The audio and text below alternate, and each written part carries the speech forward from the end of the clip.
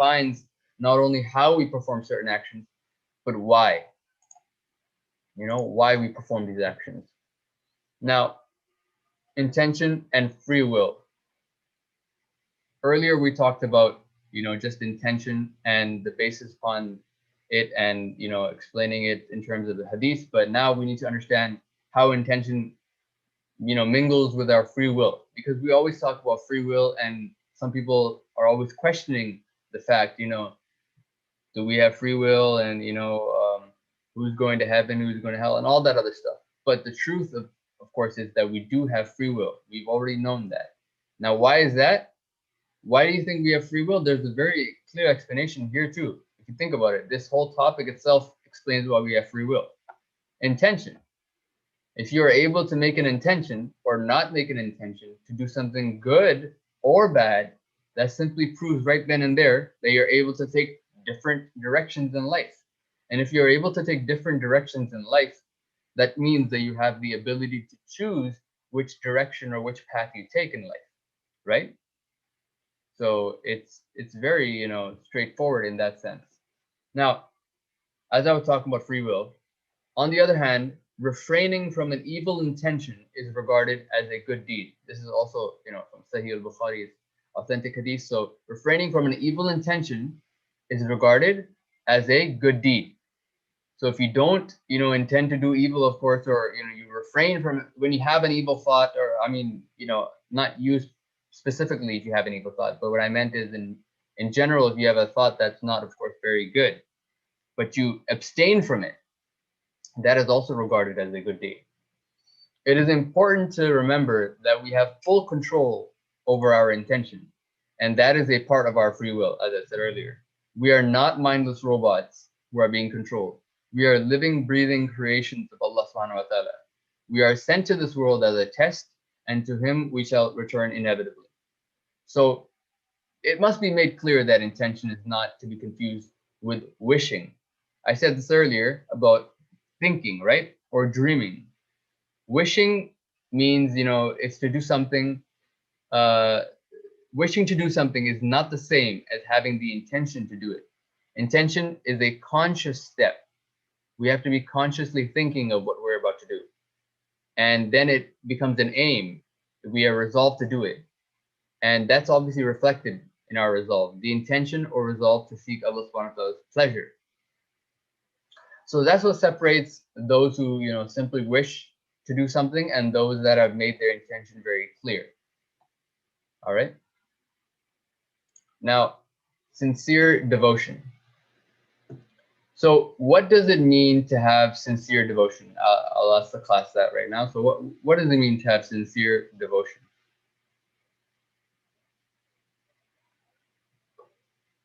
Talked about intention, talked about sincerity in our actions. What about devotion? Any ideas? Like a commitment and like a dedication to something? Yeah, exactly.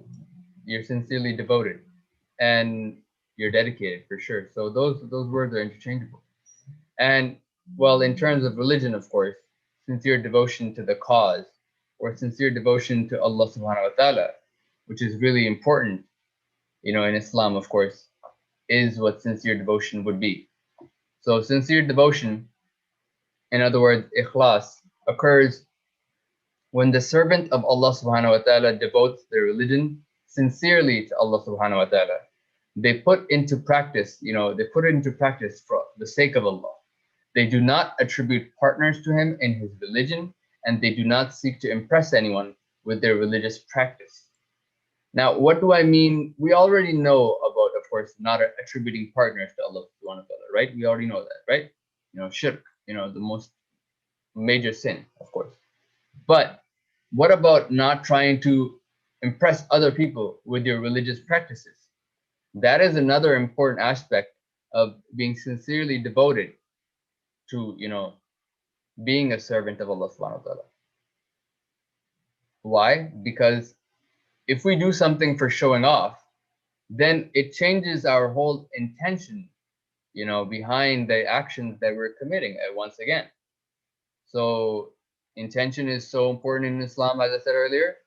And if your intention gets changed even a little bit and it becomes in terms of pleasing other people other than Allah subhanahu wa ta'ala, other people and not Allah subhanahu wa ta'ala, then you of course lose out on that devotion and that sincerity that you're supposed to have, right? It's all about being mindful of what sincere devotion truly is to put it into practice. Our religion and the practice of it is between us and Allah subhanahu wa ta'ala. Not me and some other people, not me and some random strangers. It's me and Allah subhanahu wa ta'ala. It is not meant for show or showing off. We are not supposed to try and impress people with our religious practices. We are supposed to get closer to Allah subhanahu wa ta'ala with our devotion. And so the intent is what matters here. The intention to please Allah subhanahu wa ta'ala and not the intention to please other people and show them, hey, I'm such a religious person. Oh, look at me. I'm doing this, I'm doing that. I'm I don't know, praying 5 times a day, but doing it just to show people. I'm, going to the masjid just to show people. That is completely wrong, because after all, the intention, you lose that true intention in your heart, in your mind. And so you lose the devotion to it. The sincerity is gone. It's a very, insincere way of doing something, especially, performing your worship. All right. So does everyone understand so far what intention is and what sincere devotion is and why we have to have the right intention before doing something? All right. So now, in broader terms, who do we do it for? And we already know this, but I'm just going to be talking about this in a little more detail now. If you give charity, are you doing it simply to please your friends or family, those around you, to make you look more charitable or kind? This kindness simply goes to waste when the intention was never to actually be charitable in the first place. It was to simply look as though you are charitable.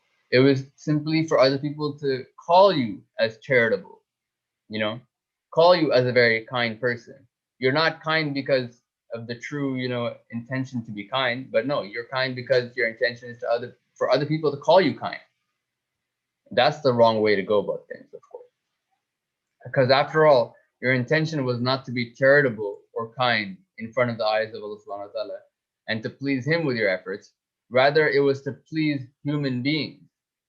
Do not forget that no matter what people might think, if you are, in their hearts, or speak to them with your tongue, or whatever happens, what they think of you, basically, in their hearts, no matter what happens, however they may think of you, as a very kind person, as a very charitable person or not, it really doesn't matter. The most important thing is, of course, what Allah subhanahu wa ta'ala is thinking of you. Your religious practices and your religious obligations are not there for show, as I said earlier. It's not showing off, it's not what you're doing them for, right? Because you don't need to. After all, Allah subhanahu wa ta'ala sees everything. So if that's the case, then even something someone is doing in the darkest of places with no light or whatnot, Allah subhanahu wa ta'ala knows what's happening. So what is the reason to, openly shout and proclaim that you're performing certain actions or obligations, such as charity, when there's no need to do so? It simply means that, of course, the sincerity is not there, because after all, as I said earlier, the sincerity is gone when you choose to do it for other people, and that devotion is gone. All right, so the intention is changed and the true intention is gone, and because of that, you lose out on the value of those actions. Those actions lose that value rather than gaining value. So as I said earlier, don't, think about what the other people are thinking or speaking of you with their tongue as gossip or proclamations about how you're so charitable or how you're not so charitable. They cannot be held responsible for your actions, nor the intention behind those actions, which is really important. Because, of course, you are your own person, and you are the one who will be judged. Every single person will be judged. and of course, if you're judged, right, you're not being judged for two people's actions or three people's actions like that. You're being judged for your actions first and foremost. So never forget that Allah subhanahu wa ta'ala is the ultimate judge, not friends, family, or random strangers who might praise your outward appearance. But Allah subhanahu wa ta'ala knows your inward appearance, if you know what I mean. He knows the secrets of our hearts. He sees and hears all. So then who are we trying to trick? No one but ourselves, of course. After all, it is Allah subhanahu wa ta'ala who we have to please with our actions, which must have sincere intent behind them in the first place. All right? So continuing, doing it for the sake of Allah subhanahu wa ta'ala. I said earlier, of course, that Allah subhanahu wa ta'ala, of course, sees all and knows all. So what's the point of trying to trick anyone for what we're doing? Right? So we should not focus on earning appreciation from people and instead. Exactly, yes. Making Allah subhanahu wa ta'ala happy. And once you realize that, then everything else becomes much clearer. What is the point behind, trying to make someone or a random stranger happy about your religious obligations? What's the point behind that? What will you gain from that? Nothing at all. Nothing but seriously just false, I don't know, pride in your actions when there really shouldn't be pride in the first place, right? So pride is one of the worst things to have, really, because it can bring upon your downfall very quickly. And pride about religious obligations, which are, as I said, obligations that everyone's has to do anyways. I don't know really where that line of thinking comes from, but of course it's not a good way to think nor act. So as I said earlier, think of it this way. What is the point of studying for a test only to show off? It means you don't really care about the material, but worst of all, it also means you can never taste true success, which was the result of your hard work. Now, why is that? Because you did it for other people and not for yourself, not for your own growth or advancement. This is just an analogy I'm putting out there, of course. So if you do a certain thing for people, that are outside that whole realm of, importance, then the action loses its importance. What is the solution to this predicament, though, which results in us losing our way and doing things for the sake of opinions and maybe 2 seconds of praise? The answer to that is one word: humility. Now, I'd like to ask, of course, what is humility? What does it mean to be, to have humility? Any ideas? What is it the opposite of?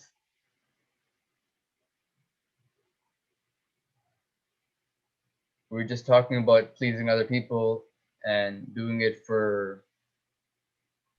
To be like modest, maybe? Yeah, modest is a good word to explain it. Now, what does being modest mean, though, if for anyone who doesn't know? To have a low self, like a sense of low self regard. Self-regard? You mean like a low self-regard? Yeah, low self regard. Yeah, definitely. Okay, so you have the right idea, and I'm happy to see that these ideas are flowing in your brain, because low self-regard definitely would be something of like humility, because you're putting yourself down, right? But not in the wrong way. Think of it this way. Remember, there's a differentiation between that. So normally putting yourself down all the time, that would be like self-deprecation, and that's not good, of course. Saying bad things about yourself and whatnot. But humility is different. It's understanding where you stand and who you are, right? And that you're not really better than anyone or everyone else. Exactly. So yeah, so modesty is similar. It's pretty much another word for it. So not seeing yourself better than everyone else, being overconfident, being humble. Yes. Now being humble is pretty much one of the answers that I was giving right here. So I'll answer it, of course, here. So becoming humble and getting rid of our inflated egos is where this all starts in terms of humility and how we can fix the problem that we naturally have of, unfortunately, trying to, maybe like explain or trying to prove ourselves to other people rather than prove ourselves to Allah subhanahu wa ta'ala with our actions. So when you realize how insignificant you really are in the grand scheme of things, then you will be able to understand how being humble and having humility will go a long way to help you. Because after all, if you think about it, right, we are specks of dust on this massive planet, which is also a speck of dust relative to the vast universe, which cannot be measured. So if you really think about it that way, how we're so insignificant and we're so small, you look at us from afar, maybe from outside the earth, maybe, I don't know, we're smaller than ants, of course, right? So that's one thing. And if you look at the earth far away from at a distance from this galaxy or whatnot, or whatever you want to think of, but then you realize how small the earth is. It's a small little speck, a small blue dot in relative to everything else. So then how what is our importance in that sense then? How small we really are, and not just how small, but how weak we really are. When we realize that, then we're able to understand our standing in life and our standing in general. And then you have to understand who will be judging us on the day of judgment. Allah subhanahu wa ta'ala, the creator of everything, the universe, and everything in it, including us. And then you begin to realize, once you break it down, what our insignificance and our powerlessness is, how weak we really are, how weak-willed we really are. And then we can move forward and understand our place and purpose in this life. After you realize that, you don't have the power to do really anything of significance. Right? So yeah, being modest is important. It can lead to bad deeds, definitely. If you think you're better than everyone else, if you think you're the best, as I said earlier, pride is not a good thing. So that's when you and I can truly begin to change for the better. When we realize that we must be humble. And after all, even changing yourself requires intent, right? And I said earlier, and this is the whole topic, intentions, sincerity within our actions, right? So an excerpt from the Holy Quran that allows us to understand this even better, and allows us to understand how Allah subhanahu wa ta'ala is, of course, watching us all the time, is right here. So I'll basically tell you right now. So in the Holy Quran, it is stated, "O humanity, what has emboldened you against your Lord, the most generous, who created you, fashioned you, and perfected your design, molding you in whatever form he will? But no, in fact, you deny the final judgment, while you are certainly observed by vigilant, honorable angels recording everything. They know whatever you do." All right. Do I need to maybe say this again, or everyone understands? Do I need to repeat this? No. No? Okay, perfect. So what does this mean? It shows how ignorant people are because like people deny the day of judgment even though Allah made you, and they're like angels surrounding you, and people are just so ignorant that they don't believe in that. Right. Yeah, exactly. And not just ignorance, maybe what we talked about earlier, not having humility, right? Not being humble, maybe thinking that they're bigger than what they really are. Maybe that their station is some, that their rank, or they're very, great people or whatnot, or very powerful people, human beings, whatnot, and all that other, the wrong line of thinking. And of course, ignorance, short-sightedness, forgetting what will come, what is about to come, what will definitely be there for us, waiting there for us. Final judgment is guaranteed.